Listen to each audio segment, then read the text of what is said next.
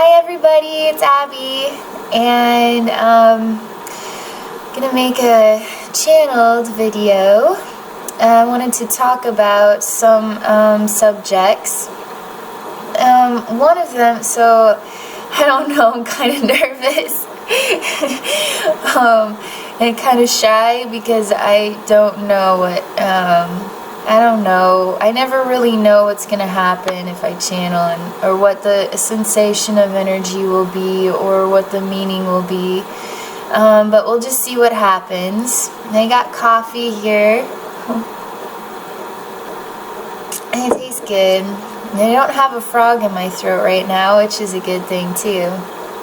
So, okay. So, alright. So I had the question in email asking me about alien beings, and they want to know why, what human beings are sort of overusing the planet, and our use of fossil fuels is obviously not beneficial to the environment, and wanting to know when alien beings will help us sort of come out of this, so that we can find alternative methods. So I told him I didn't. I already have an awareness on the answer to this question, but I thought I would just step back and then see what kind of answers I could experience from other realms in the universe that are helping us. So, okay, so if I get in a strange way, you'll know why, okay? Alright, so I'm just going to gaze into the infinite wisdom, which you can do this too. If you look into a mirror, I can see my eyes and so I'm going to gaze into the infinite wisdom and see, so the message, why don't you think that that it's literally a man's voice saying, why don't you think we are helping you? And, okay, he said to stop, just let him speak, okay. Why don't you think we are helping you? He says, I reach my hand out to Earth every day to help human beings. That's what he says. Human beings have not the awareness of my existence, but that does not override that my hand is reaching out to humanity to help humanity every day, he says. He's quite a large man, and he looks very much so human, and he has a beard. And this sounds really silly, but he's sort of dressed like a Russian, like in the winter time. So he has like fur and some sort of fur, and then even like what is kind of like a cap that has some fur on it. It says that I'm seeing him from a memory of another lifetime when we had known each other. It says he does not look like that. So what do you look like? He says my ability, okay, let me just wait a second. He's helping me to perceive now. He says I have a great deal of memories, and I have a great deal of emotion, and a great deal of what is so many chords of wisdom, and I can't always, I try to make sense as best I can based on what is sort of like a symphony of sounds taking place all at one time. And he said that is a very good representation of him, as it is meaningful to me. And the meaning of that image says a lot about his expression today. But he is not that, he says. He has lived on Earth, and he has lived on Earth before and has experienced the what are Earth lifetimes. So he knows that is why he has been drawn or gravitated to help human beings, because he can from an elevated plateau, is what he says. So we were talking about fossil fuels again. Let me see here.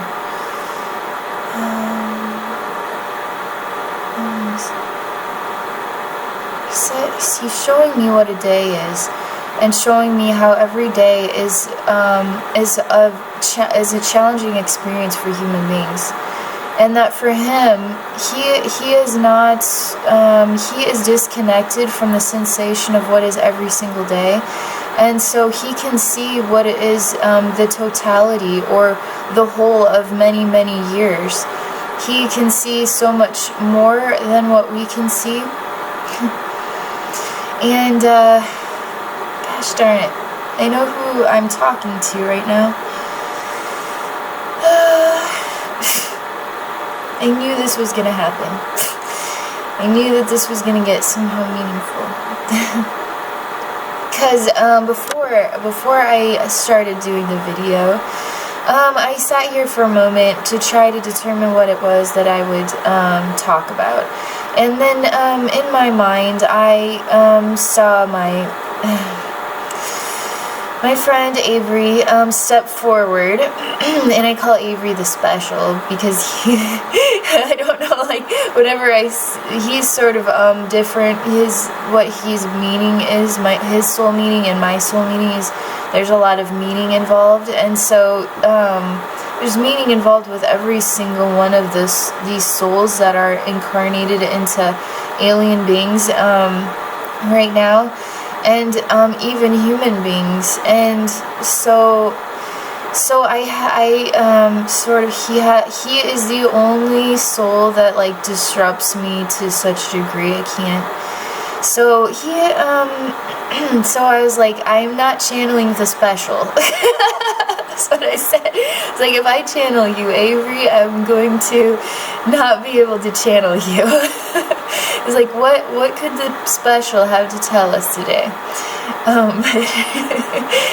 But so he has this sort of way of making it so I don't realize that it's him, because when I know that it's him, somehow, for some reason, it's like it's complete. I can't. Everything stalls out, and it's sort of like my engine just has this combustion or something. But like he just has too much meaning to me, and then too much meaning makes it really hard for me to speak. Feels like too much emotion. I still like so when I talk about reincarnation, and I talk about past lives, and I still feel the memory from France when Avery was not there. I do. And so it disrupts my ability to make sense of the fact that he's like a ghost to me. I can tell that, he's here, Avery. So I know, so obviously his meaning is a lot of meaning, and in France, I've talked about this lifetime. I've made 2 videos about it, about depression, and then ending your life because you just can't deal with the pain and suffering. And so if Avery, there was a separation experience that was extremely painful for us both, where we had met in France. We lived in France, both human beings, incarnated as human beings, and living in France, and he was on the vineyard, working on the vineyard, and I was a super rich young woman of very high-class family. So I visited, family who owned the vineyard, and then I met Avery there, and we fell in love on the vineyard, and then it was discovered, and then we were separated, obviously, and so Avery lost his job, he lost, the love of his life, he lost all that, he had nothing anymore. He had no job, he had no work, he couldn't go back to his family who lived on the vineyard, he lost everything. And so his only solution was to kill himself, And so what would be like 6 months, I come back to the vineyard because I'm pregnant and disowned, and Avery is not there anymore.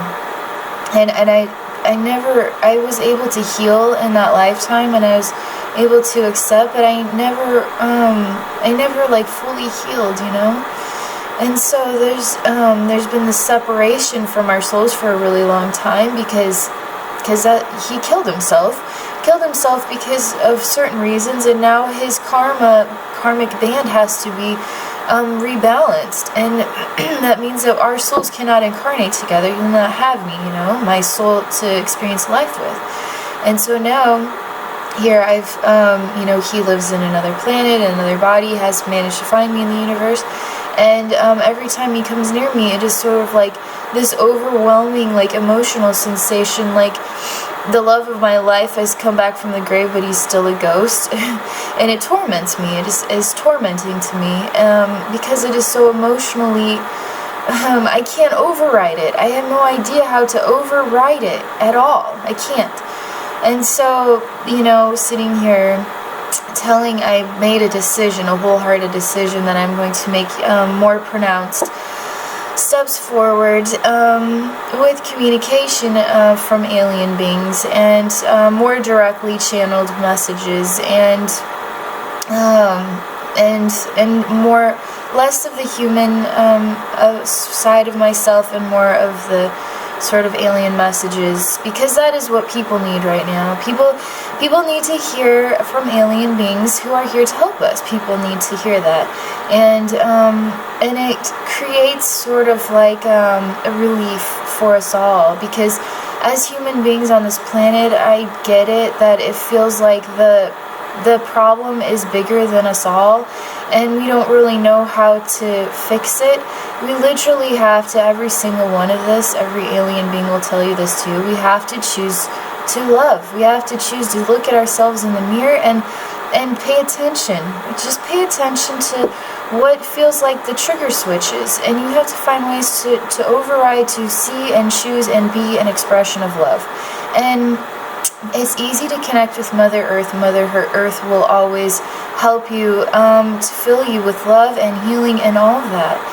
And it's easy to connect with stars. It is easy to, I am like super showcasing these plant medicines, and because not only have I felt the relief of the gift of earth, actually in the form of what is like a liquid vitamin, and it is so altering in such a positive way, and even connecting me with the plants themselves that are part of the ingredients. And so I will showcase this again. This Heroes blend has been really beneficial for me, because it is grounding, it's solidifying, it is building my confidence, and it is totally 100% the most natural. It's the easiest thing you could possibly do. Go spend, $15 or whatever it is, and then take some drops of this 3 times a day and see what happens. And it has been monumentally a positive enhancement to my life. And so, as human beings here in the most challenging incarnation of this whole process, we are the ones that have to try. We have to try and do something, and to do something is literally connect with the earth as much as you can. Choose to share, I share love, share intentions, share gifts of loving energy with the earth to heal the earth. It's not that hard to do that. And so, alright, so I didn't know I didn't believe that I told Avery no, that I will not channel the special. And so that was Avery. And it was easier for me to perceive him as a Russian, sort of like a Russian. He says, yes, that was me in a Russian lifetime. He says that I have a great deal of history with Russia, and I have a wholehearted, sort of deep, ingrained connection with that country, and that even he tells me that I don't think about this as much as I used to, but feel like a drive or a need to go to Russia and feel like oneness with the land there and connect with it. And he said that would be a very healing experience for me. Like, my heart is in Russia, and my heart is here too, but from other lifetimes, my heart has been in Russia. And so he's showing me, so the man that he was in Russia was sort of boisterous, had a full belly. I'm sure he had a really, so you could, he's sort of this sensation, like he had probably a jolly personality, but also sort of a seriousness where he could be it's like, I can hear your voice, is the only way I could describe it.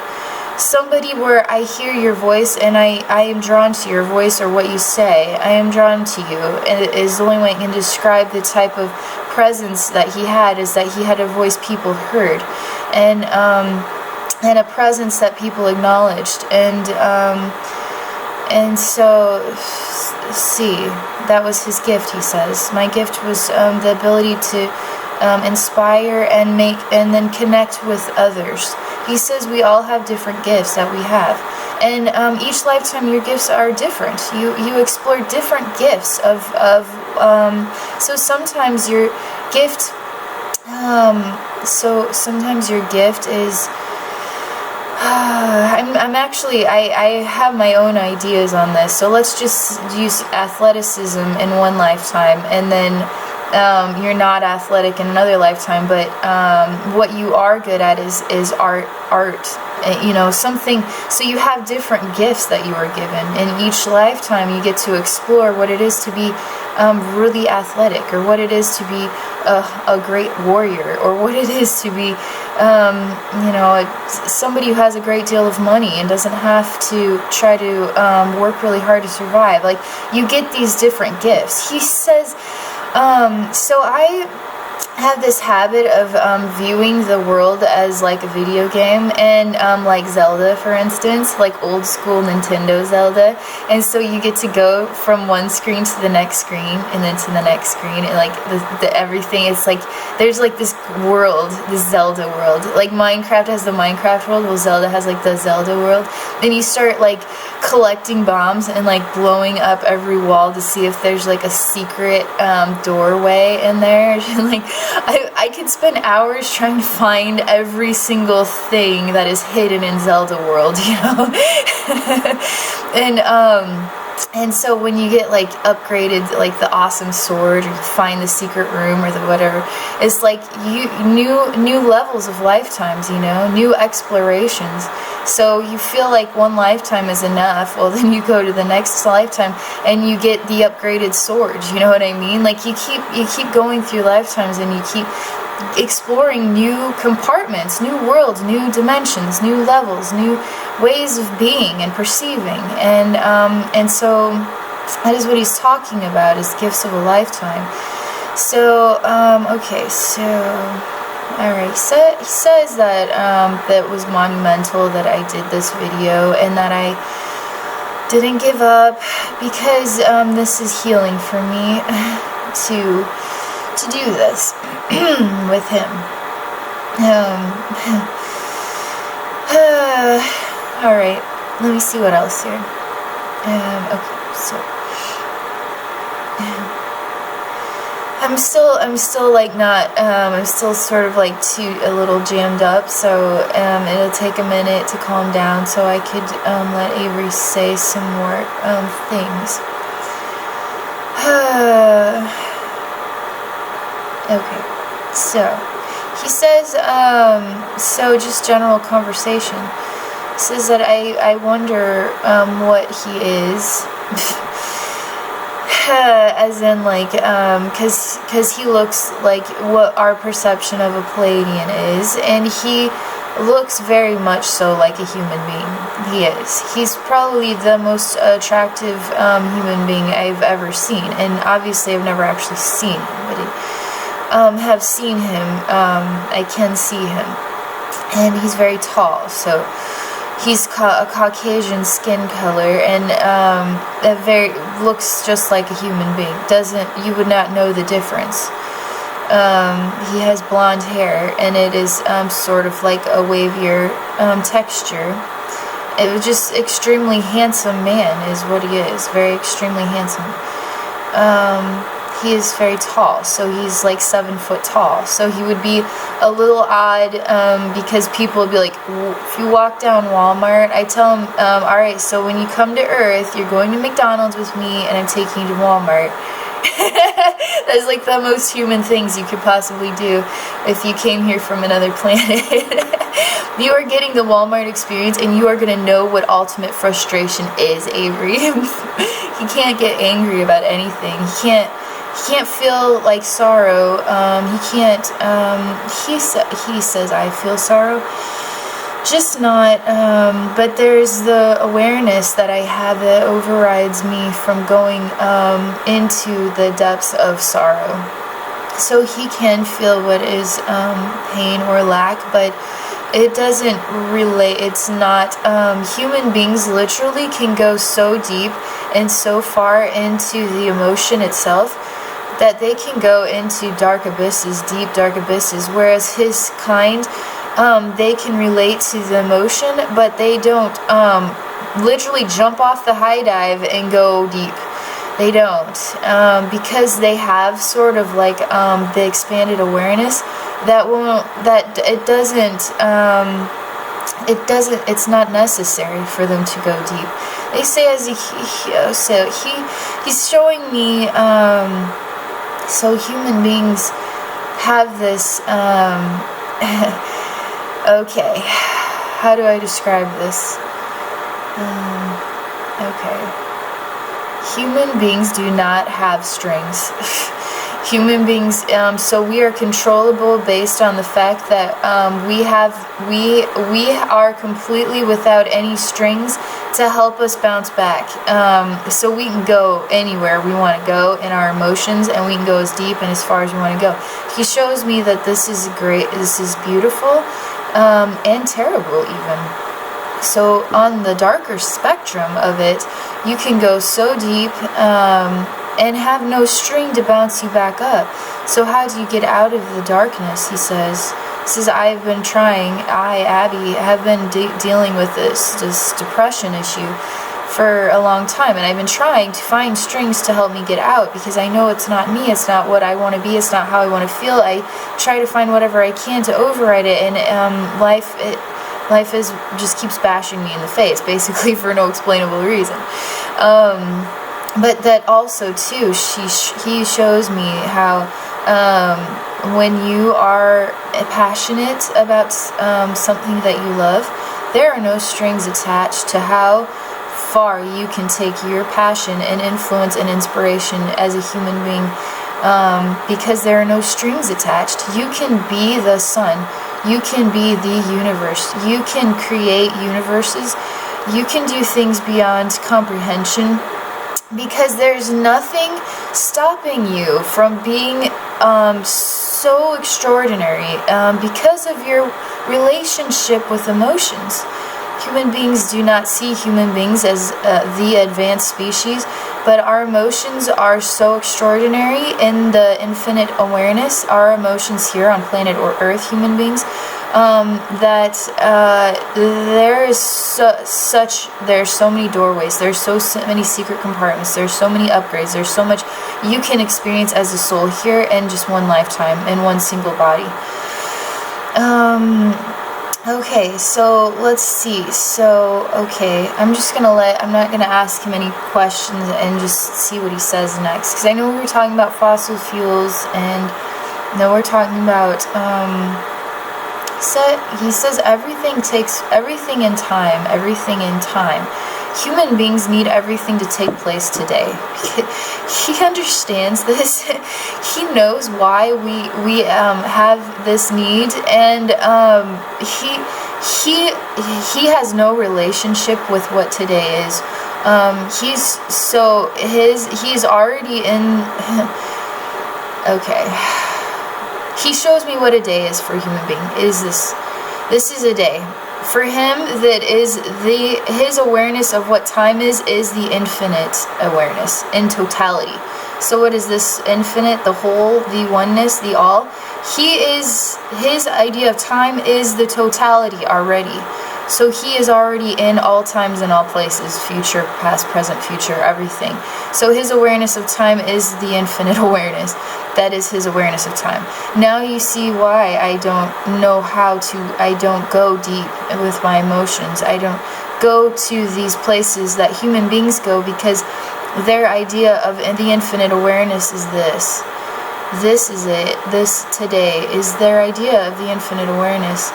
And all these corrupted dreams, whatever you hope, whatever, it says they are not corrupted dreams, they are constantly wanting to be in the future is what it is, wanting to live in a better way, wanting to live in a better world, and constantly feeling the needs. I want, I wish, I hope, instead of just not trying to. He's trying to help me understand how to say it. I hope you are understanding what I mean. I don't mean corrupted dreams, but you do understand the words I want, I hope, I wish, they are us looking into a future and hoping it will be different, hoping it will be better than this, wanting it to be better than this, but not knowing how it's going to work out and needing it to work out better than this now. It's sort of like you get a lottery ticket in hopes that your dream of not having to worry about money anymore, not having to work a job, actually getting to live a easy life. He said the lottery is an ultimately deceptive tool that is useful towards this type of human mind logic. This idea, this I wish, I hope, I need, I want, all of this type of thinking, he says, this is all related to we need you alien beings. We want you to help us with this. He says we are helping you. We help you every day. Even though you don't see it and aren't aware, we are helping you every single day. He shows me what is so draconian race is psychic, and there's human beings, for instance, who really want to make money for and want to build a business and have a product, and they can influence people. So okay, he's showing me. I just talked about fitness centers as sort of a deceptive tool because they open their doors to human beings to walk into the door, and the product is I'm going to make you look good, feel good, and all these things. But when you actually go into the fitness center, you're feeling sort of overwhelmed, exhausted already. You're looking at other people who actually can get into the fitness thing, and you're like, man, they look perfect, and I don't. And so you're just constantly, it literally is walking into a place that's just going to bounce and echo all these thoughts and feelings and challenges and throughout your ego and out throughout your mind. So fitness center, you could go to a fitness center, which is the deceptive tool, or you can go to Mother Nature and just be satisfied with being your natural expression and find harmony and balance and actually just walking outside. And that is an extremely beneficial exercise. It might not mold your ass into this perfect freaking round bubble, but you know what? That is, you have a natural form. You have a natural genetic makeup, and it is harmonious. It's beautiful. It is a gift. Every body in creation is a gift, and every form, every skin tone, every hair, every eye color, everything is a gift to the infinite universe, to your soul, to all of our souls. So he's telling me how draconian race, human beings have these honest, everybody wants to make money here. Everybody wants to have a product and sell it or whatever it is. And so draconian race can help you be successful in influencing others to be corrupted, to have their minds corrupted, because human beings are so sensitive to corruption because of our extremely vast and no strings attached emotions. And so he's showing me, we in Des Moines, Iowa, we have what is like this monstrous fitness center, and it's called like I can't remember. I haven't been out that way for a little while, but like Ultimate Fitness or something like that. And it is enormous. It literally looks like you could go there, and it is its own, like, I don't know how to describe it. It tries to make itself look like a real paradise in comparison to any other fitness center. They have everything there. I've never, when they were building this thing, And then when I found out it was a fitness center, I was like, what the hell? Like this super monster fitness center, this psycho insane fitness center was just built, this ultimate fitness center. It's like, leave everything, come to us. And I don't know, but he's showing me that it is a fitness center on steroids. And people who are attracted to fitness center on steroids are the same people who are attracted to fake breasts and perfectionism, physical perfectionism. And he said that is not natural. That is a spectrum of emotion with no strings attached, and you become obsessed, and the human mind helps you with your obsessions. That is all a human being with an idea who has money, and draconian race inspires them to create something that helps draconian race continue to enslave and imprison mankind. And so it is. He says it feels like this is bigger and harder and more difficult than it really is. Avery is. He's saying, says, I am here with many, and I am here with many, and of many kinds, not just me. I am here with many kinds. We are all here for you, to help you. We love you. We love you. We have endured lifetimes on Earth. We know. We love Earth. We love human beings. We love the gifts that human beings give to the universe, what he says. He says, I love you, is what he says. All humans. He says, I will not let this... he is the voice of this Russian man who is very similar. So he says, I will not let you suffer anymore. I will not let this fail. I will not let human beings go to ruin, is what he says. He says, love conquers all. He says, love conquers all. Ego will always fight ego, but love will always override ego. Love will always conquer all. Love is the most powerful force in the universe. He says, you know what? You want to watch Star Wars? The forces of darkness, the dark side of the force, it is always challenged by the light. And he says it is that way in all places and realms, but it is very much so here. Not much so where we come from. It is different here because of your speciality of emotions. And we are not. We are of similar kind is the only way. He says we are of similar kind. He shows me genetic makeup, and he shows what our so you have a river, and then the river has branches that go to different sides of one stream. So he says, are those rivers that branch? They're still connected to the one river, but they go in different directions. So they have their own parts. He says, are they all still one of the same river, or are they their own unique rivers? He says they are both. We are all of the same river, and of just different directions or different spouts off of the one river. He says we are all one river. He says, I'm not here to help you because of our equality of genetic, or sort of us being of one river, but I'm here because I love you. I love human beings. I love Earth. I love incarnating on Earth, and I incarnate on Earth. That's what he says. And I have, so let me see. Let me slow down a minute. Sort of. So much information, you know. I'm gonna be pooped out here pretty soon. Let me see. So, let's see. I'm actually taking I'm taking a break and disconnecting because I'm pooped out. Okay, so showing me something to relax me, so something peaceful, and flowers, and what is a peaceful sensation.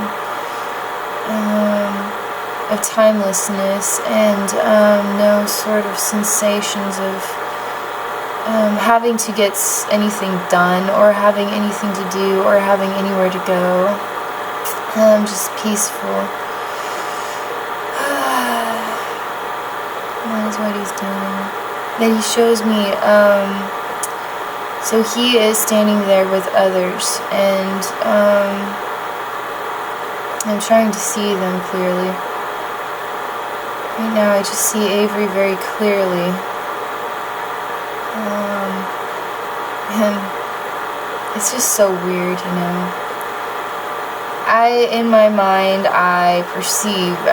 what I perceive are men and women standing with Avery inside of an actual physical, like an object moving in space. And there's the only way I can define it. Although I did not perceive, before this moment, I did not perceive Avery actually in a spaceship. I felt like he was on his planet. And so this is kind of weird to me. And I didn't perceive him. I didn't perceive him so involved in healing the earth or human beings. And I just saw him as like my friend in the universe, and related to, always had this sort of emotional reaction towards him. And then discovered through this lifetime in France, which the psychic Anthony Vituna, who provided that reading, had not said anything about who this man was.